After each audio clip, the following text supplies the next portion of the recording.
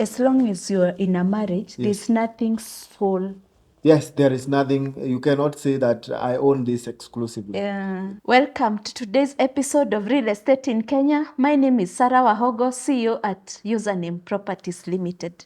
Today is a follow-up video and we will be answering your questions. Wakili, how are you? I am very fine. Thank you very much. Yeah, we received so many questions on our last video on Matrimonial Property Act. Yes. So I thought it's better that we respond to the questions. Yes. And I think it's good for the answers to come from you. Yes. Yeah, so the first question was, what about a plot bought by one partner solely? If you remember from our last video, we emphasized, when it comes to matrimonial property, we emphasized on contribution. Okay. So long as in your marriage union or a relationship, the bottom line is contribution. You may acquire the plot alone, but the funds used are the funds yours alone, or are the funds coming from a joint account or joint contribution? If it's your funds alone, then the other aspect the court will look to, because forms of contributions are two. There is monetary and non-monetary contribution. So the court, when determining the share of each party, we look now what is this non-monetary contribution the other party did contribute. So yes, you may have acquired a property alone during the subsistence of marriage, but that by itself does not mean that the other party is not entitled to a share.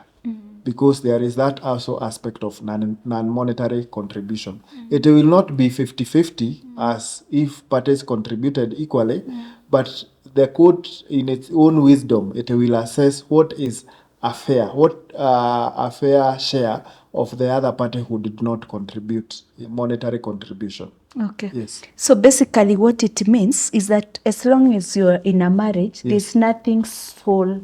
Yes, there is nothing. You cannot say that I own this exclusively. The courts have consistently interpreted that provision to mean even the person who never gave out cash had some form of contribution. Okay. Yeah? Yeah. Yes. Number two, this one is a funny one. So gold diggers can still get something off your property. I don't know what is meant by gold diggers, because I do not think a gold digger can get anything, because if you get into a marriage with the intention of profiting from that marriage, and yet you contribute nothing, you can be sure that the court will see through it. Okay? Because the court, again, will look at your contribution. Did you contribute any monies towards acquisition of these properties? If the answer is no, then you are not entitled to a 50-50 share. If your contribution was non-monetary, then you will get a share to the best, to the equivalent of what you can demonstrate that you contributed. Maybe you are a stay-at-home mom, you ensured that, food was prepared, laundry is done, children are prepared to go to school. That is non-monetary contribution. And the court will not allow you to go for nothing. And surely someone who is staying at home and doing all these things cannot be said to be a gold digger. A gold digger will come into union just slaying, if I may put it in that language, no children, no nothing, and then after 2 years they want a share of your property. Of course, it would be hard to prove that they made any contribution. Yes. I keep wondering whether people get married with the intentions of gold digging. I don't know. It's a difficult question. But in the West, I think such instances happen. People get married for 2 or 3 years, and then a divorce, then comes a divorce settlement, and you get something substantial from it. I am yet to see it happen here locally.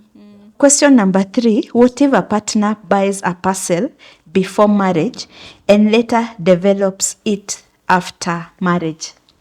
Any property acquired before marriage it is not matrimonial property because the party coming into the marriage did not contribute towards its acquisition. But if it is developed during the subsistence of the marriage, then that property is converted into a matrimonial property. But it is subject again to contribution of each party. Okay, I bring let's say it's a development worth 5 million, isn't it? The property was acquired for 2 million, the development is worth 3 million. In in calculating each party's contribution, we first remove my 2 million, which I came with. Then the remaining 3 million of the development, we look at what each party contributed. Yes. Question number 4. Yes. And why is it that if you had a piece of land, even before marriage, and you want to sell it, your wife must sign an agreement for you to sell it? It is not necessary. I mean, if you can demonstrate that you acquired property before marriage, that you do not necessarily need to acquire the consent of your spouse unless that property is now where you have established your matrimonial home. Because by dint of that, you have converted that property into a matrimonial property. But if it's an independently acquired property and you have developed it solely, then and again before marriage, then that does not become matrimonial property, and therefore the spouse of consent is not required. Okay. Yes. I remember, Wakili, during one of our previous videos, we also addressed the issue of the consent from the kids. Yeah. Yeah, and you said it's not a requirement. You do not require the consent of the children to deal with their property. Maybe you can also probably just remind our viewers about the prenuptial. Yeah. You can enter into a prenup or what is known as a prenuptial agreement before marriage. And this agreement defines the rights and obligations of each party, but mainly deals with how do we share our properties, what will we deem as matrimonial property or jointly acquired property, and what will we deem as individual property, so that in case of divorce, what each party gets out of the marriage is clearly defined, and the Matrimonial Properties Act now allows for this form of agreements. Thank you, Wakili. Yes. We will stop here. Yeah. Then we'll come back with a follow-up video on the questions. Thank you very much. And I hope the viewers are now enlightened. Yes. Thank you so much, viewers, for watching. See you in our next video.